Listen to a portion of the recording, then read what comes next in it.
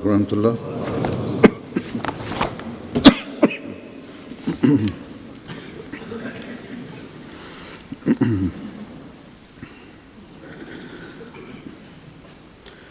أشهد أن لا إله إلا الله وحده لا شريك له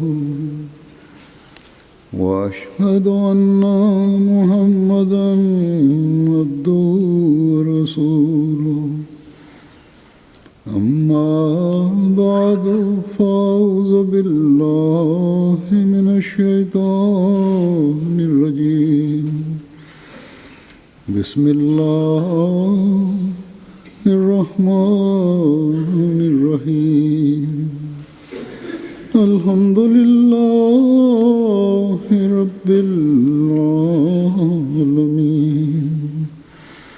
الرحمن الرحيم مالك يوم الدين إياك نعبد وإياك نستعين اهدنا الصراط المستقيم صراط الذين أنعمت عليهم غير المغضوب عليهم ولا الضالين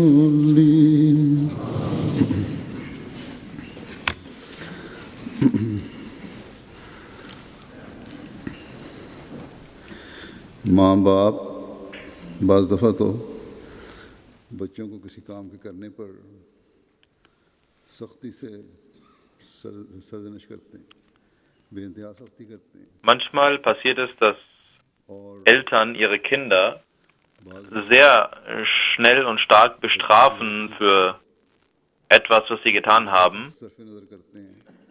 Und es gibt auch manche, die so sehr zur Vergebung neigen, dass das Kind vergisst und gar nicht bewusst wird, was richtig und was falsch ist. Und beide Arten sind für die Erziehung der Kinder nicht gut und haben einen schlechten Einfluss darauf. Eine zu große Strenge und Härte, ohne Sinn und ohne Argumente, die Kinder zu unterweisen, lässt sie von sich selbst entfernen und sie kümmern sich nach einer gewissen Zeit um nichts mehr und werden rebellisch. Genauso schlimm ist es, dass man das Kind bei jeder Sache unterstützt und auch bei falschen Sachen nichts unternimmt und sie unterstützt. Und auch das hat einen schlechten Einfluss auf ihre Erziehung. Vor allem Kinder, die aus dem Kindesalter in die Jugend gehen, haben einen starken Einfluss. Die Eltern haben einen starken Einfluss mit ihrem Verhalten auf die Kinder. Und sie können so auf einer schlechten Fährte sich bewegen. Man sollte im Kindesalter mit den Kindern sollte man mit Argumenten und Beweisen arbeiten und vor allem in dieser Zeit und in dieser Atmosphäre, wo die Kinder nicht nur einen Einfluss nehmen aus ihrer unmittelbaren Atmosphäre, sondern im ganzen Lande und in der ganzen Gesellschaft und die ganze Welt in gewisser Weise übt Einfluss auf die Kinder aus. In solchen Situationen sollten vor allem Väter sich um die Erziehung ihrer Kinder kümmern und auf diese Dinge achten, wo man Härte und wo man Sanftmut walten lassen muss. Das ist die Arbeit und Aufgabe der Väter und nicht nur der Mütter. Der verheißene Messias ﷺ hatte eine Art und Weise, Tarbiyat und Erziehung zu machen. Es gibt ein Ereignis und Hazrat Muslim Maud erzählt dieses Ereignis und sagt,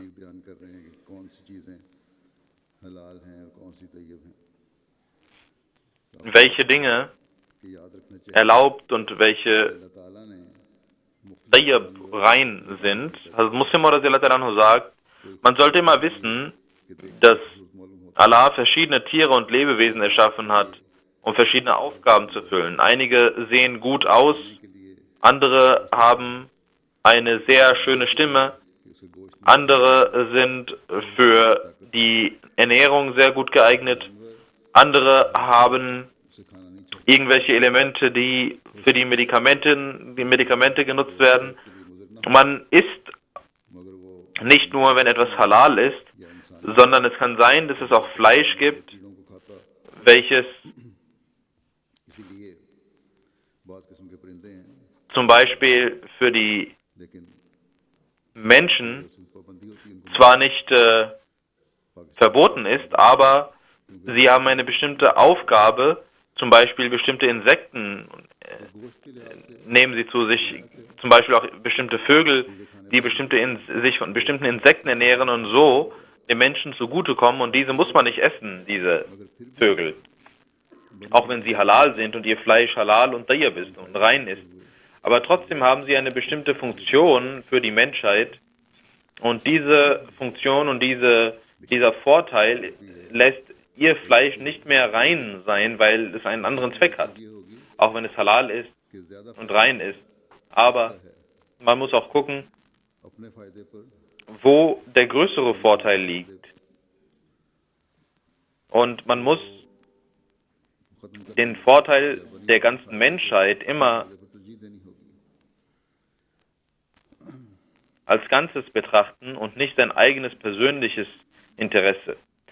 Der Vorteil für die ganze Menschheit geht immer vor und hat einen höheren Stellenwert als der eigene Vorteil. Denn wenn man diese Sachen essen würde, dann würde die Menschheit sich von anderen Vorteilen, wäre sie außen vor. Also Muslim sagt, schon in der Kindheit habe ich dies gelernt. Einmal hatte ich einen Papagei gefangen und der verheißene Messias sagte, Mahmud, das Fleisch dieses Vogels ist zwar nicht haram, aber nicht alle Tiere sind zum Essen gedacht. Es gibt auch Tiere, die du anschauen musst und die schön aussehen, damit man dadurch etwas Schönes sieht. Andere Tiere haben die Funktion, dass sie eine gute Stimme haben und die Ohren sich entzücken können. Allah hat also verschiedene Segnungen erschaffen, um bestimmte Funktionen zu erfüllen. Man sollte diese nicht alle an sich reißen und nur der Zunge und dem Gaumen zugutekommen lassen. Es gibt nicht nur die Vorteile, die für den Gaumen gedacht sind, sondern auch andere Vorteile. Und der verheißene Messias sagte, schaut, wie schön dieser Papagei ist. Der verheißene Messias sagte zu Muslim, schau, wie schön dieser Papagei ist. Und wenn er auf den Bäumen sitzt, dann schauen sich die Leute ihn an und entzücken sich dabei. Das war die schöne Art und Weise der Erziehung. Er hat einen schönen Einfluss auf das Herz und das Gebot Gottes geht dadurch in Erfüllung, dass man zwar von Halal und Tayyib essen soll, von Erlaubtem und Reinem, aber selbst da gibt es Grenzen. Allah hat gesagt, Halal und Tayyib sind erlaubt, aber Tayyib, die Definition von Tayyib, also rein, kann sich je nach Situation ändern. Ein Vogel, ein Tier, das andere Funktionen hat, die wichtiger sind, wo sie zum Vorteil gereichen.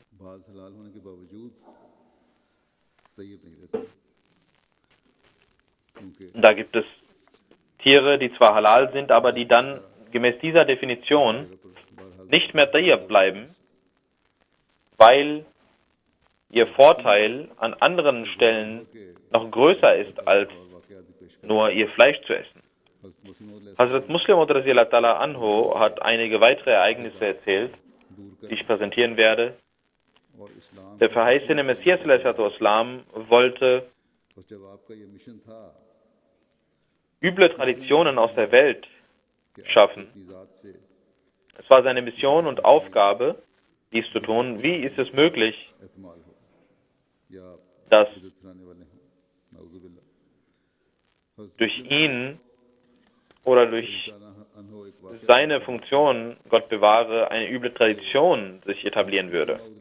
Also Muslim Anhu erzählt von einem Ereignis und sagt, dass der verheißene Messias wassalam, आपकी खिदमत में पेश किया गया selbst sich fotografieren ließ, post card aber als ihm eine Karte vorgelegt wurde, कि इसकी इजाज़त auf der Postkarte war sein Foto zu sehen, da sagte er, कोई शख्स ऐसे कार्ड ना das kann ich nicht erlauben. Und er sagte zur Jamaat, आइंदा किसी ने ऐसा कर sie sollen diese Karten nicht kaufen. लेकिन आजकल फिर Die Konsequenz war, बाज dass niemand dies in Zukunft tat. Aber heutzutage gibt es wieder कहीं से कार्ड diese, निकाल कर in Twitter und in WhatsApp habe ich gesehen, dass Leute card ने किसी ज़माने में हुए diese Karte कहीं या अपने hervorgebracht haben und diese verbreiten wollen. दुकान से बाद में खरीदे पुरानी किताबों की Sie haben diese bekommen, irgendwoher bekommen, oder manche haben es aus den Geschäften, von Büchergeschäften genommen, Antiquitätenladen. Das sollte man unterbinden, das ist nicht richtig. दराज के लोग और ख़ास तौर पर यूरोपीय Der verheißene Messias ließ sich होते हैं fotografieren, damit तस्वीर देखकर Europäer und andere Leute, die das Gesicht sehen, die aufgrund seines Fotos die Wahrheit erkennen mögen. लेकिन जब Und sie werden versuchen, die Wahrheit zu erkennen. आपके कार्ड पर तस्वीर शाया करके Aber als er sah, कारोबार का जरिए ये लोग बनाने की कोशिश कर dass रहे हैं das auf der Karte veröffentlicht wird und so man versucht, dadurch Geschäfte zu machen, da unterband er dies, हो जाए als er dies spürte, dass jemand dadurch seine Geschäfte machen kann. Das wäre eine üble Tradition. इसको रोक दिया Das könnte ein Mittel sein, um üble Traditionen zu बल्कि बाज़ जगह आपने veranlassen. Deswegen ließ er dies verbieten. बस वो लोग Und जो er ließ sogar diese Karten तस्वीरों को कारोबार करते हैं vernichten. जिन्होंने Jene Menschen, तस्वीरों को die mit Fotos handeln, और बेइंतहा die वसूल करते हैं Fotos als ihr Mittel zum Unternehmen gemacht haben, zum Geschäft gemacht haben und große Preise dafür verlangen, sie sollten sich darum kümmern जो हज़रत मसीह मौला इस्लाम की तस्वीर में und nachdenken. Dann gibt es auch einige, colour तस्वीर हज़रत die मसीह मौला इस्लाम की नहीं है ये भी बिल्कुल verschiedene Farben इससे भी in den होनी चाहिए Bildern des verheißten Messias Islam einfärben. Das ist falsch. Es gibt kein farbiges Bild इनसे भी des verheißten Messias Islam und das ist eine falsche Art und Weise. Genauso gibt es falsche Verwendung der Fotos der Khulafa. Auch das sollte man nicht tun, dass man sie falsch verwendet. Cinema और बाइस्कोप के बारे में एक शूरा में Einmal हज़रत मुस्लिम मौद रज़ियल्लाहु के सामने wurde auf der Shura über Kino gesprochen फरमाया und vor Hazrat Muslim anhu.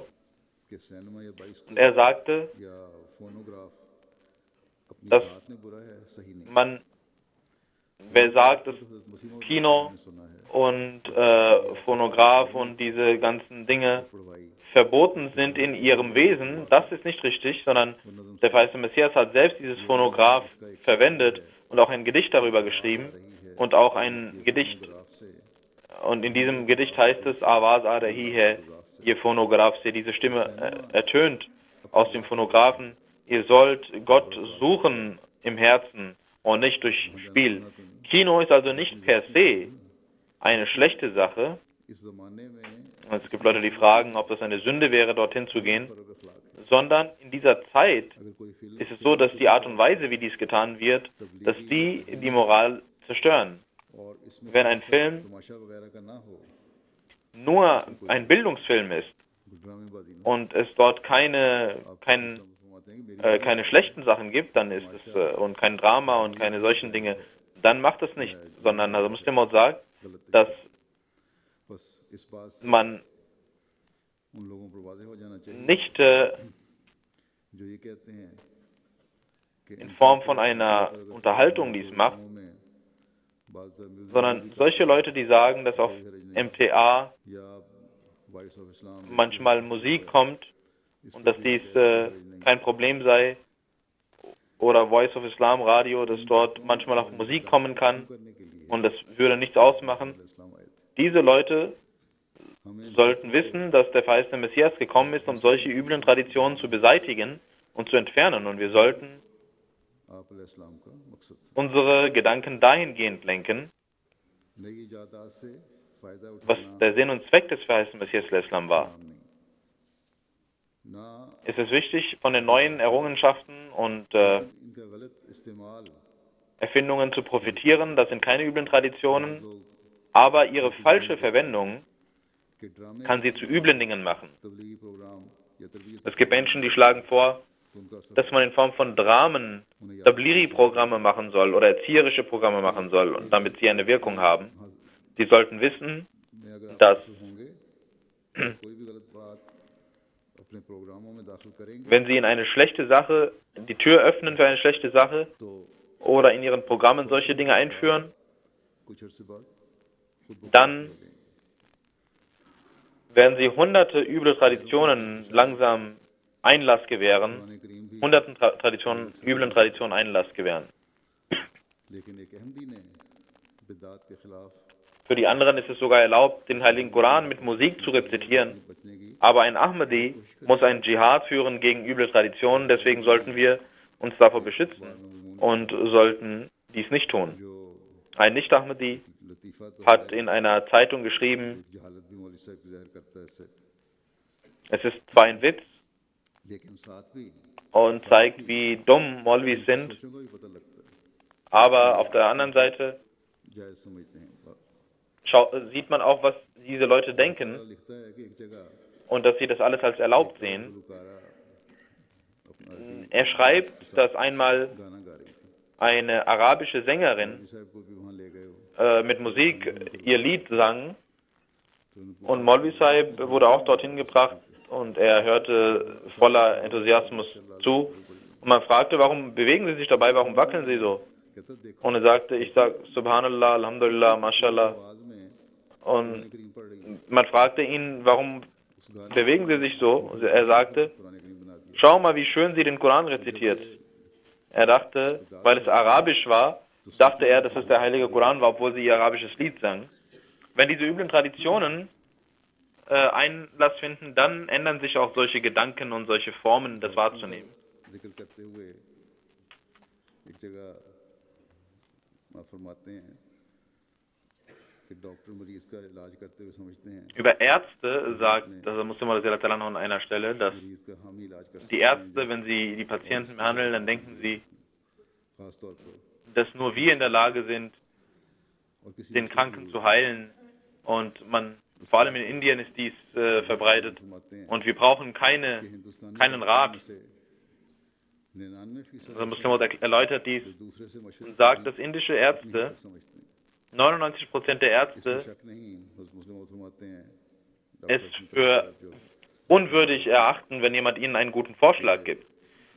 Also Muslim sagt, dass Dr. Hashmatullah Sahib, der sein Arzt war, सब इस dass es keinen Zweifel gibt, dass er in seiner Erfahrung बावजूद इसके ये माने नहीं äh, कि उन्हें मशवरे की जरूरत sehr gut ist, aber obwohl er gut ist, heißt es nicht, dass er keinen Rat braucht, dass er sich nicht beratschlagen soll. और खुद मैं भी जब 1918 Also Muslim sagt, dass der verheißene Messias Islam das Prinzip befolgte und auch ich, तबीब और doctor als ich im Jahr 1918 krank wurde, tat genau dies, और तबीबों की भी dass ich क्या मालूम Ärzte versammelte und ich nahm auch Medikamente von den Ärzten zu mir und auch von den Naturheilern. है तो समझे Wer weiß, in welcher Sache Allah seine Segnungen legt. इसी तरह आजकल भी Wenn der Arzt denkt, er sei Gott, dann soll er dies tun, aber wir sind davon überzeugt, dass er nur ein Mensch ist. तरीका ये Genauso gibt es heute Ärzte, die beleidigt sind, wenn man sich von einem anderen behandeln lassen hat. आम जड़ी बूटियों का इलाज करने वाले Das ist falsch. बाकायदा तबीब भी नहीं Es passiert auch, dass Leute, die उनके पास आ जाते हैं das Naturheilkunder oder auch Leute, die nicht mal Naturheilkunder sind, sondern selbst jemanden behandeln wollen und gut behandeln, fail हो जाते हैं कोई इलाज कारगर नहीं होता वहाँ उनके ये इलाज dort, wo manchmal Ärzte nichts tun können, gibt es manchmal diese Leute, मुस्लिम फरमाते die durch Kräuter und so weiter die Leute behandeln. Und das passiert manchmal, dass das auch eine bessere Wirkung hat manchmal als die Behandlung von Ärzten. Und Muslim sagt, dass Sayyid Qadri Sahib eine Wunde hat auf der Nase und er ging überall, um sich behandeln zu lassen und machte Röntgen und andere Sachen, dass man überprüfte, was für eine Wunde das ist. Aber diese Wunde wurde immer schlimmer und er ging nach Peshawar und dort ließ er sich von einem Friseur behandeln. Er gab ihm 3 Tage lang ein Medikament und diese Wunde heilte. Also Muslim sagt, es gibt solche Experten, die neue Berufe erschaffen, neue Wege erschaffen. Das heißt, wenn sie Recherche und Forschung betreiben, dann gibt es neue Bereiche, die sie öffnen können. Aber was passiert in der dritten Welt? Dass sie nicht Fortschritte machen können, diese Leute. Wenn die Leute sich darum kümmern würden, dann könnte man viele Bereiche, Forschungsbereiche hier öffnen in diesem Bereich. Und also Muslim sagt, genauso die Behandlung von Knochen. Viele Physiotherapeuten kennen sich damit aus. Es gibt Experten, die sich damit auskennen. Es gibt auch solche, die Knochen brechen, aber es gibt auch Experten, die dies gut tun. Man sollte das lernen und das verbreiten. Also Muslim sagt, dass in der alten Zeit die Menschen sehr geizig waren in diesem Wissen und niemand dem anderen erzählte, was er wusste. Deswegen gingen diese Wissenschaften verloren. Viele Sachen, die in den alten Menschen vorhanden waren, viele Rezepte, viele Dinge, weil sie diese nicht weitergaben, damit niemand das erfährt, gingen sie verloren. Die Europäer sind aber nicht so, sondern sie versuchen, ihr Wissen zu verbreiten. Und so können sie auch besser verdienen und auch das Wissen verbreiten. Es gibt patentierte Medikamente zum Beispiel, die nach einer gewissen Zeit verbreitet werden und von allen verwandt werden können. Das heißt, der Messias pflegte zu sagen, dass es einen Friseur gab, der eine Salbe kannte, die viele Wunden behandeln konnte. Und die Menschen kamen von weit weg zu ihm, um sich behandeln zu lassen. Der Sohn fragte ihn nach dem Rezept und er antwortete,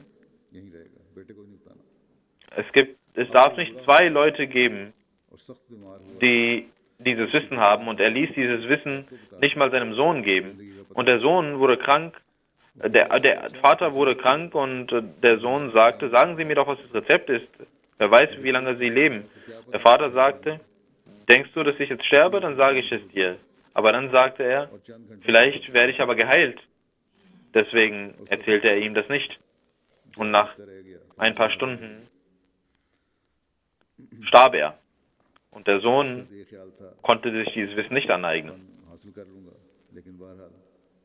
Er dachte, dass er dieses Wissen sich aneignen könne, aber er blieb unwissend, weil der Vater ihm dieses Wissen nicht gab. Und sein Vater konnte ihm nichts nützen und dieses Wissen konnte ihm auch weiter nicht nützen. Also Muslim sagt, Geiz ist ein Mittel, nicht um Fortschritt zu machen, sondern um stehen zu bleiben. Und was Wissen angeht, darf man nie geizig sein, sondern sollte versuchen, dieses Wissen zu verbreiten.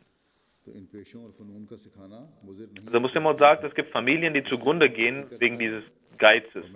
Man sollte diese Handwerke und dieses Wissen verbreiten und so verbreitet sich das Wissen. Und ich möchte, sagt der Muslim, vor allem diese totgeglaubten Wissenschaften müssen wieder lebendig gemacht werden. Es gibt manchmal Hochmut, die in Ärzten vorhanden ist, die andere Menschen schlecht behandeln. Und manchmal ist es so, dass Unwissen Einzug erhält vor dem Wissen und die Welt von dem Nutzen dieses Wissens nicht profitieren kann.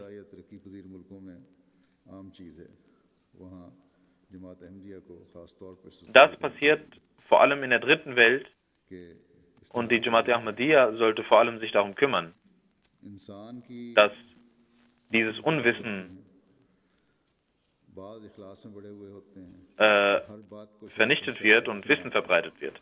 Es gibt verschiedene Arten von Leuten. Es gibt Leute, die sehr aufrichtig sind und die allen Dingen Glauben schenken, aufrichtig. Es gibt Leute, die voreilig handeln, auch wenn sie keine schlechte Absicht haben, haben sie stets etwas vorzuwerfen oder sie sprechen auf eine Art und Weise, die einen Vorwurf enthält. Über solche Menschen sagt Muslim Maud anhu, dass zur Zeit des verheißenen Messias al-Islam einmal solche Arten von Menschen sich versammelten an einer Stelle, die diese Art besaßen. Und es war am 4. April 1905, als ein schweres Erdbeben kam und der verheißene Messias al-Islam hatte verschiedene Offenbarungen über Erdbeben bekommen. Sehr, sehr viele Offenbarungen über Erdbeben erhalten, dass solche Erdbeben kommen werden. Und er hatte einen Respekt vor den Worten Gottes und er ging in den Garten.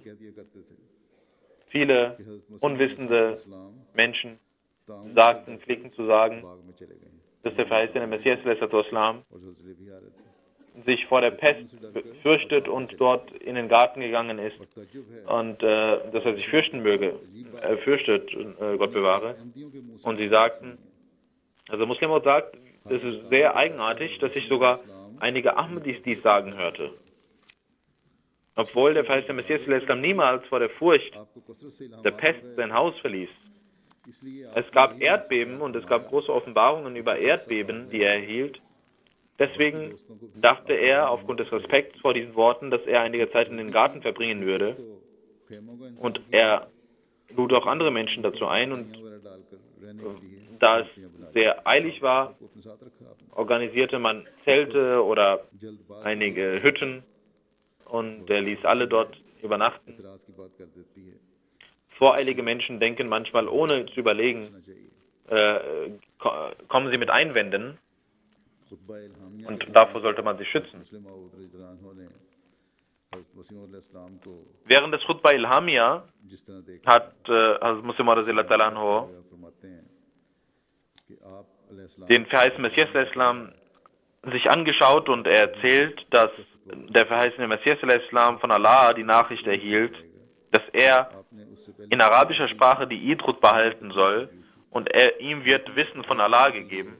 Er hatte davor nie auf arabischer Sprache eine Rede gehalten. Aber als er aufstand, kam und die Rede begann,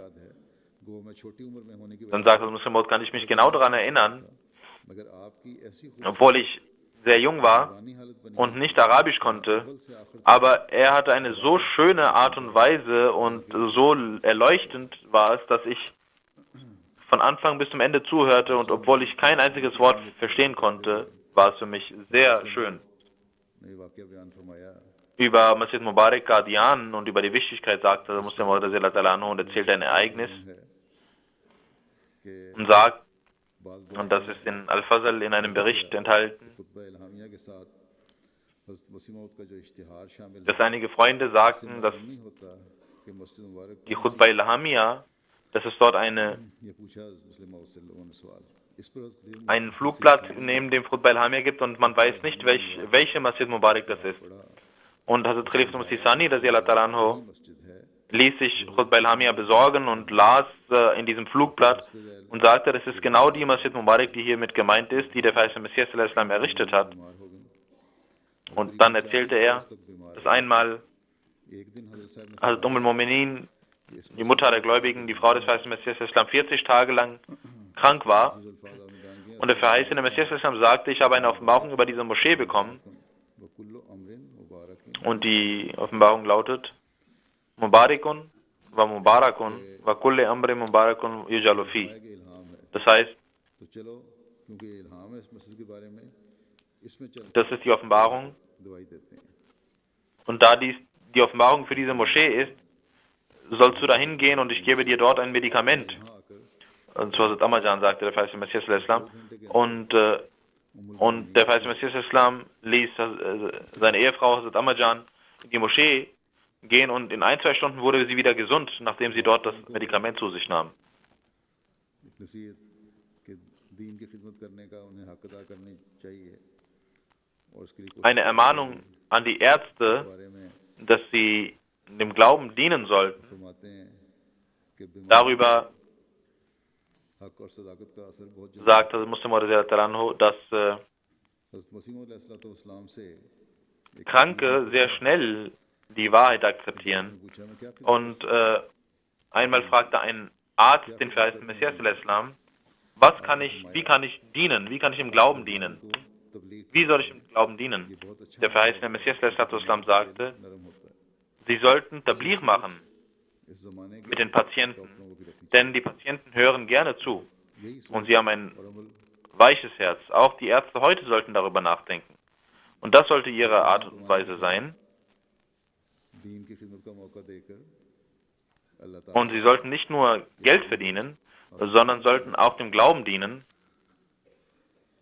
und sollten Segnungen Allahs आजकल zu sich nehmen. मालिक में Und so können sie die Segnungen Allahs zu sich nehmen. जोर शोर से उठाया जाता है Parda औरत के हुकूक ist ein Problem in den westlichen Ländern, या welches heutzutage sehr stark diskutiert wird unter dem Banner der Frauenrechte oder unter dem Banner der Bekämpfung gegen den Terror oder um Einwände gegenüber dem Islam einzubringen, wird dieses Thema diskutiert. पहलुओं को बयान किया Allah hat im Heiligen Koran करना चाहिए किन हालात में करना चाहिए verschiedene Aspekte dieses Themas beleuchtet, इसमें औरत की welche Art von Parda in welchen Situationen man machen muss. होने के बारे में भी ये फरमाया Und कि इल्ला मा ज़हरा मिन was die Schönheit der Frau ist.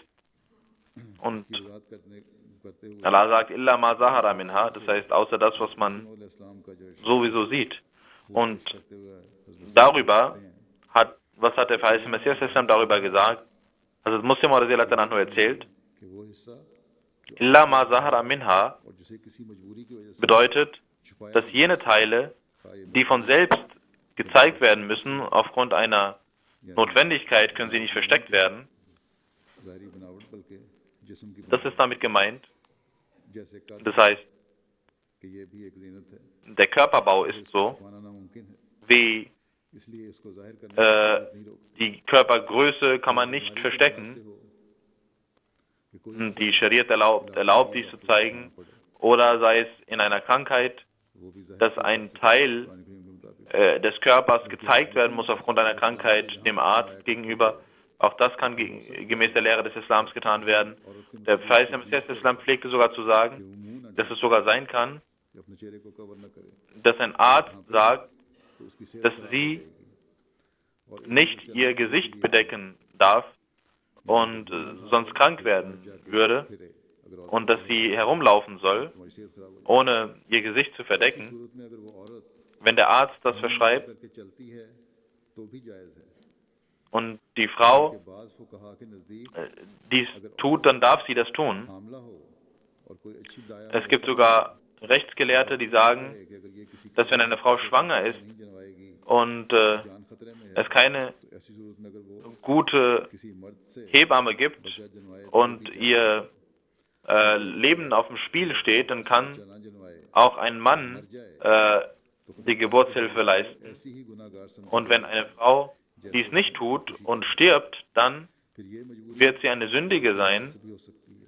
als ob sie einen Selbstmord begangen hätte. कि औरतों Das sind Notwendigkeiten und auch auf der Arbeit gibt es Bauern, गुजारा ही नहीं हो सकती अगर वो काम जब तक sagt das Muslim anhu, दाद न करे dass sie überhaupt nicht तो ये तमाम ihr Lebensunterhalt मा ज़हरा मिन्हा ohne Hilfe der Frauen verdienen können, बस इस्लाम indem die Frauen ihnen helfen. Das alles gehört zu illa ma zahara minha, das was sein muss. हदूद भी कायम की Und der Islam hat also auch eine gewisse Freiheit gegeben und auch gewisse Grenzen gesetzt. कि पर्दे Es gibt keine grenzenlosen Dinge. Es gibt Notwendigkeiten und erlaubte Dinge, dass die Parda flexibel angepasst wird. Aber genauso तौर पर gibt es कि इस्लामी हुक्म को छोड़ना इससे भी मना Grenzen und man darf nicht auf unerlaubte Art und Weise diese Gebote im Namen der Freiheit verlassen. Das gibt es nicht im Islam. हज़रत मुस्लिम मौत फरमाते हैं Der verheißene Messias Islam über seine Nachsinnung über den Glauben sagt also Muslim anhu, dass der Islam, die Grundlage des Islams auf Nachdenken über die Weisheiten beruht. Und solange man diese nicht kennt und versteht, kann der Mensch manchmal stolpern. Der verheißene Messias Islam sagte in einer Versammlung, wenn der Mensch mit Taqwa arbeiten würde, dann kann er auch hunderte Ehen haben. Das wurde irgendwo veröffentlicht und man sprach darüber und jemand sagte, es scheint, dass der verheißene Messias Islam nicht an die Grenze von 4 glaubt und viele Männer freuen sich und sagen, ja, man kann heiraten, so oft man will. Also Mir Nasir Nawab Sahib Marhum sagte über diesen Streit und er erzählte es dem verheißenen Messias Islam und fragte, was meinen Sie damit? Das wird berichtet. Und der verheißene Messias Islam sagte, ich meinte damit nur, dass eine Frau, die stirbt auf irgendeine Art und Weise oder verlässt den Mann, dann kann der Mensch noch einmal heiraten. Und so auf diese Weise kann er auch 100-mal heiraten. Und er sagte, dass es falsch ist, in verschiedenen Religionen gibt es diese, das ist auch, es gibt Menschen, die ohne nachzudenken diese Dinge sagen. Der verheißene Messias Islam hatte es in einem ganz gewissen Kontext gesagt. Es gibt nämlich einige Religionen, die sagen, dass der Mensch niemals heiraten kann, auch wenn die Frau stirbt oder zu einer Scheidung kommt oder wenn eine Frau stirbt. Und der verheißene Messias sagt, nein, das ist falsch. Es kann auch sein, dass ein Mann 100-mal heiratet, nämlich dann, wenn die Frau stirbt oder ihn verlässt. Und das Muslim auch sagt, wenn man diese Worte des verheißenen Messias nicht erklärt hätte, hätte man gedacht, dass er daran glaubt, dass man heiraten kann, so oft man will. Und dass man nur Taqwa haben muss. Aber heutzutage gibt es Männer, die 2-mal, 3-mal heiraten und nicht einmal an Taqwa denken. Taqwa ist wichtig, Gottesfurcht ist wichtig. Also Muslim anhu sagt, dass also Khalifa Masih Awwad anhu eine Zeit lang daran glaubte, dass man mehr als 4-mal heiraten kann. Damals gab es eine kleine Jamaat und die Menschen trafen dort in Qadian ein, es waren sehr wenige und es gab große Diskussionen über diese Themen. Damals wurde auch dieses Problem besprochen. Also Khalifat Masih Awwad anhu sagte, dass es nicht in der Scharia steht, dass es eine Grenze von 4 gibt. Und er gab auch eine Überlieferung aus Abu Daud, dass Hazrat Imam Hassan 18, 19 Mal ein Nikah gemacht hat. Und jemand erzählte, dass der verheißene Messias der Islam nicht daran glaubt. Also Khalifat Masih Awwad anhu sagte, es kann sein, dass ihm dieses Problem nicht vollständig vorgetragen wurde. Und er sagte, dann nimm dieses Buch mit von Abu Daud über Imam Hassan und lege es dem verheißenen Messias Islam vor. Und also Muslim sagt, dieser Mensch, der dieses Buch hatte, kam auf dem Weg zu mir. Ich traf ihn. Er hatte dieses Buch im Arm und er war sehr erfreut darüber und ich fragte ihn, was ist los? Und er sagte, dass Maulvi Sahib diese Überlieferung hervorgebracht hat und gesagt hat, dass wir es dem verheißenen Messias Islam zeigen sollen. Also Muslim sagt, seinen Eifer betrachtend, weil das ein Problem war, ich war auch sehr neugierig, was der verheißene Messias sagen würde und er kam zurück und ich sah, Muslim sagt, ich sah, dass er sehr erfreut war, als er dahin ging, aber als er zurückkam, war er sehr traurig. Er kam mit gesenktem Haupte. Ich fragte ihn, was ist denn passiert? Und er sagte, dass der verheißene Messias Islam gesagt hat, dass sie Maulvi Sahib fragen sollen, wo es steht, dass er zu einem Zeitpunkt diese Frauen hatte. Das heißt, es kann niemals sein, dass man mehr als 4 Hochzeiten, Ehen hat. Und auch da gibt es gewisse Bedingungen. Und Taqwa ist die größte Bedingung, Gottesfurcht. Gehorchen an der Stimme des Imams, darüber sagt Muslim anhu,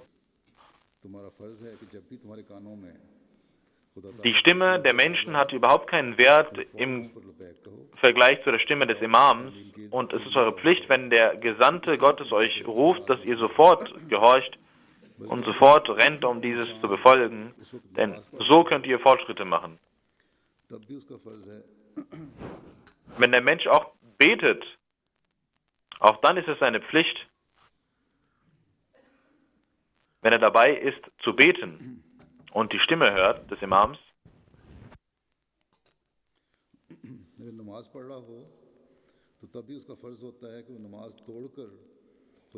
wenn er betet, und auch dann ist es seine Pflicht, dass er dieses Gebet bricht und dem Gesandten und der Stimme des Gesandten folgt und antwortet.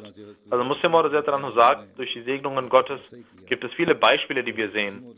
Zum Beispiel Hazrat Khalif Masih Awwal hat genau dies getan und einmal rief ihn der verheißene Messias und er brach sein Gebet und ging sofort zum verheißenen Messias und Sayyid Mehdi Hussain Sahib und mir, Abdullah Sahib Sonori, haben dies genauso getan. Es waren zwei Menschen, die genauso taten, in verschiedenen Zeitpunkten. Und einige Menschen beschwerten sich und der verheißene Messias las diesen Vers des Heiligen Koran: La tajalu du'a rasuli bainakum ka du'a bazikum baza qad ya'lamu Allahu allazina tasallaluna minkum biwaza.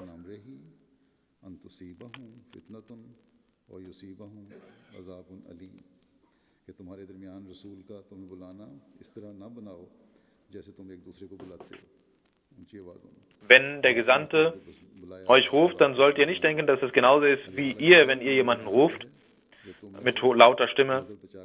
Und egal, ob ihr ihm folgt oder nicht folgt, sondern Allah kennt die von euch, die einfach weggehen. Jene, die ihm nicht gehorchen, sollten sich fürchten, dass sie eine Prüfung bekommen oder eine schwere Strafe bekommen.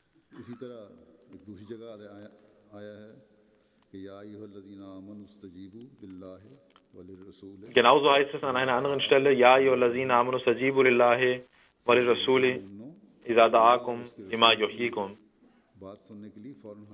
O ihr gläubigen Menschen, wenn Allah und der Prophet euch rufen, dann rennt hin, wenn er euch ruft, damit er euch Leben gebe. Und man sollte immer dem Ruf des Gesandten folgen. Das ist eine Pflicht. Das ist ein Anzeichen des Glaubens. Und diese Busurgan haben dies genauso getan und sie haben das sehr richtig getan. Das Gebet ist nicht der eigentliche Zweck oder eine rechtschaffene Tat ist nicht der eigentliche Zweck, wenn der Prophet vorhanden ist, sondern immer ist der wahre Zweck, Gott zu erlangen und ihm zu gehorchen. Und der verheißene Messias und seine Gefährten haben dieses Beispiel gezeigt. Genauso haben die Gefährten des heiligen Propheten Muhammad dies gezeigt. Eine wichtige Angelegenheit, über die Muslim erzählt hat, berichtet hat, und sie ist immer wichtig gewesen und ist auch heute noch wichtig. Also Muslim sagt, dass ein gläubiger Mensch nicht viele Ermahnungen braucht, sondern auch ein Zeichen reicht für ihn aus. Und wenn er dieses Zeichen versteht, dann arbeitet er mit einem solchen Eifer, dass man denkt, dass er verrückt geworden ist. Die vollkommenen Gläubigen wurden immer als Verrückte bezeichnet. Man muss immer sagen, unser Lehrer, möge Allah ihm Gnade erweisen, Maulvi Yar Muhammad Sahib, er war ein Gefährte des verheißenen Messias und er hatte in seinem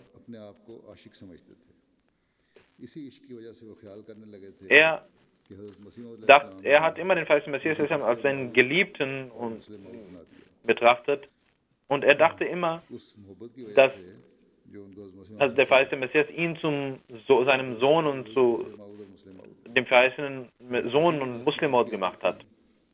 Er dachte, er ist der Bisri-Maud, der Sohn, der verheißene Sohn und der Muslimmaud.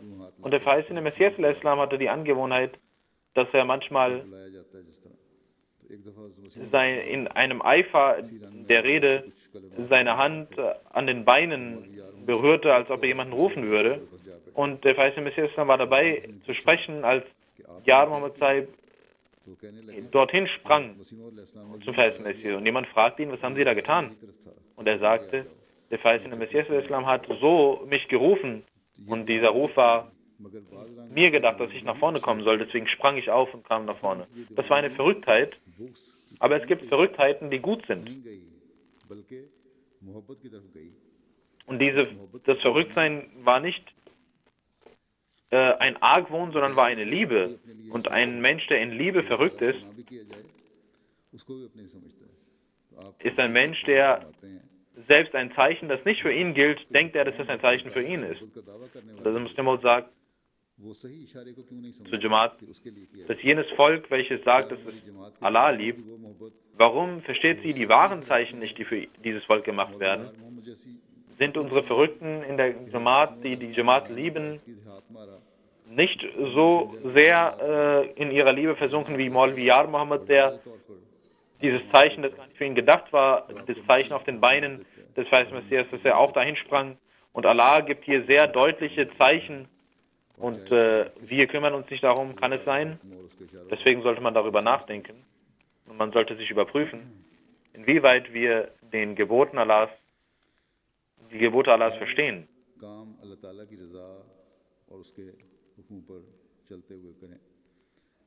Alles muss für das Wohlgefallen Allahs getan werden. Also Muslim sagt,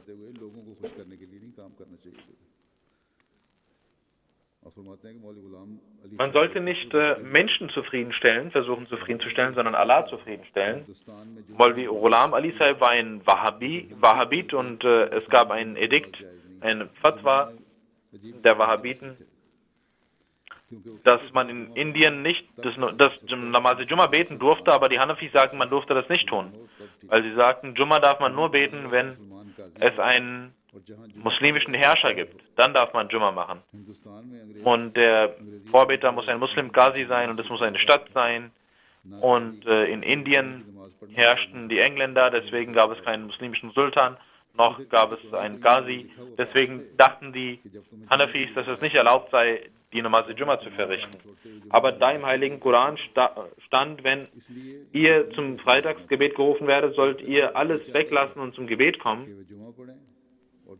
Hatten sie eine Unruhe in ihren Herzen. Sie wollten beten, das Jumma verrichten, aber auf der anderen Seite hatten sie Angst, dass ein Hanafi Maulvi ihnen zusehen würde und einen Fatwa erlassen würde.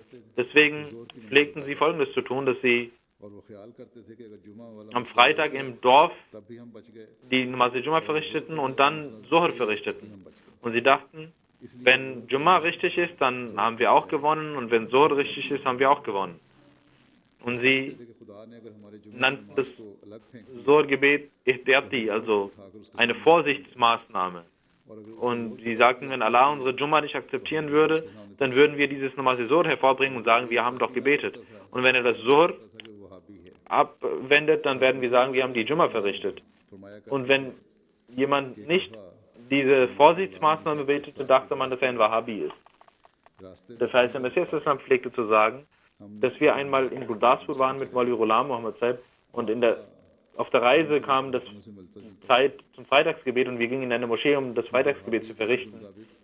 Und der verheißene Messias, seine Art war ähnlich wie die Wahhabis, weil sie auch an die Hadith glauben. Und ihr Glaube ist, dass man an die Sunna des heiligen Propheten Muhammad sallallahu alaihi wasallam glaubt und befolgen muss, um Erlösung zu erlangen. Und auch der verheißene Messias al-Islam ging mit Maulvi Ghulam und verrichtete das Namaz Jumma. Als Maulvi Ghulam nach dem Namaz Jumma auch Zuhr verrichtete, pflegte der verheißene Messias al-Islam zu sagen, ich fragte ihn, Maulvi Sahib, wieso haben Sie 4 Rakat nach dem Jumma-Gebet verrichtet? Er sagte, das ist eine Vorsichtsmaßnahme. Und ich sagte, Maulvi Sahib, Sie sind Wahhabi und Sie glauben doch gar nicht daran. Warum sagen Sie das, dass Sie eine Vorsichtsmaßnahme machen? Und er sagte, nein, nicht in dem Sinne, dass ich vor Allah eine Vorsichtsmaßnahme treffe, sondern in dem Sinne, dass die Leute nicht gegen mich sich aufhetzen und ich fürchte mich vor den Leuten. Und Maulvi Ghulam Nabi Sahib hat etwas getan, dass er sich vor den Leuten fürchtet und er war im Herzen sehr froh, dass er das Jum'ah verrichtet hat, aber um die Menschen glücklich zu machen, hat er auch Namaz Zuhr verrichtet. Und der verheißene Messias Islam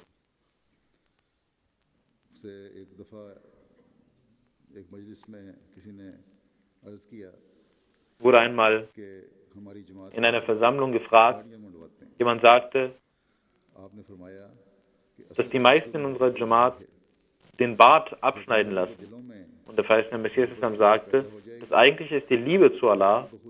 Wenn sie in ihren Herzen die Liebe zu Allah entwickeln, dann werden sie uns befolgen und das tun, was wir tun. Möge Allah uns die Kraft geben, dass wir in der Tat die Worte des verheißenen Messias Islam verstehen und wahre Liebe in uns entwickeln und jede Tat, die wir tun, für Allah wird. Ich werde nach den Gebeten einen Janaza Raib verrichten. Abdul Nur Jabi Sahib aus Syrien. Er ist im Jahre 1989 geboren worden und er wurde festgenommen von der Regierung. Es gibt noch nicht vollständige Informationen, aber das, was wir haben, danach, vor einigen Monaten, hatte er in Business Management studiert. Am 31. Dezember 2013 wurde er von der Regierung festgenommen. Und der Grund war, dass jemand sein Mobiltelefon verwendet hatte, um mit Rebellen zu reden. Und das war erlaubt gewesen, dass jemand sein Telefon nahm und ein Rebelle nahm sein Telefon und wollte mit anderen sprechen. Und die Geheimdienste bekamen das mit und sie nahmen ihn fest und es wurde bewiesen, dass mit seinem Telefon telefoniert wurde und er eine Verbindung mit den Rebellen hätte und deswegen wurde er festgenommen und wurde ermordet. Nach dem medizinischen Bericht ist er am 3. Tag nach seiner Festnahme verstorben und diese Regierung hat ihn misshandelt. Und was die Rebellen angeht, die Regierung ist genauso wie die Rebellen, behandeln alle Menschen so. Und am 22. Februar 2013 wurde das bekannt gegeben, dass er verstorben war. Er war der Enkel von Salim Jabi Sahib, ein alter Ahmadi, der auch in Rabwa war. Und während der Zeit des Muslims, er kann auch Urdu. Und er war ein sehr sanftmütiger Mensch, hatte überhaupt keine Härte, ein sehr gesunder junger Mann. Seine Schwester Hibat Rahman Jabi sagt, dass mein Bruder vor der Geburt meines Bruders meine Mutter sah, dass sie einen Sohn bekommen hat und sie Nur geboren hat. Und Hazrat Khadim Si Rabbi Rahimahullah gab ihm den Namen Abdul Nur. Mein Bruder war ein sehr gehorsamer, sehr guter Mensch und ein sehr intelligenter Mensch. Und sie sagt, dass als sie zum letzten Mal mit ihm am Telefon sprach, sagte er, wenn ich ein wahrer Ahmadi bin, dann muss ich immer allen vergeben. Möge Allah seine Ränge erhöhen und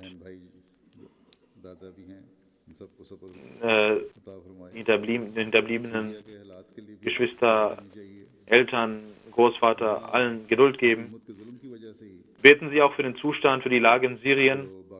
Dort wegen dieser Tyrannei der Regierung sind die Rebellen hochgekommen und beide Gruppen sind sehr tyrannisch und gehen mit Unrecht vor. Und eine dritte Gruppe ist der IS. Im Namen des Islam haben sie eine Tyrannei gestartet, ein Unrecht gestartet und alle Menschen, die gut gesinnt sind dort, sie हुकूमत का बागी ग्रुप भी उतना ही जालिम können sich weder vor der Regierung beschützen, noch diese Regierung ist genauso unrechttuend und tyrannisch wie die Rebellen und genauso wie die Terroristen. Und die guten Menschen und die Ahmadis leiden darunter, रहम करे auch jene Ahmadis, भी रहम करे die keiner Gruppe sich angehörig fühlen. Möge Allah seine Gnade und Barmherzigkeit erweisen und möge dieses Land vor den Tyrannen befreit werden.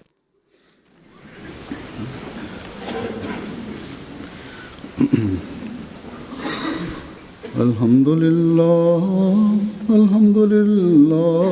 nahmaduhu wa nasta'inuhu wa nastaghfiruhu wa nu'minu bihi wa natawakkalu alayhi wa na'udhu billahi min shururi anfusina wa min sayyiati a'malina.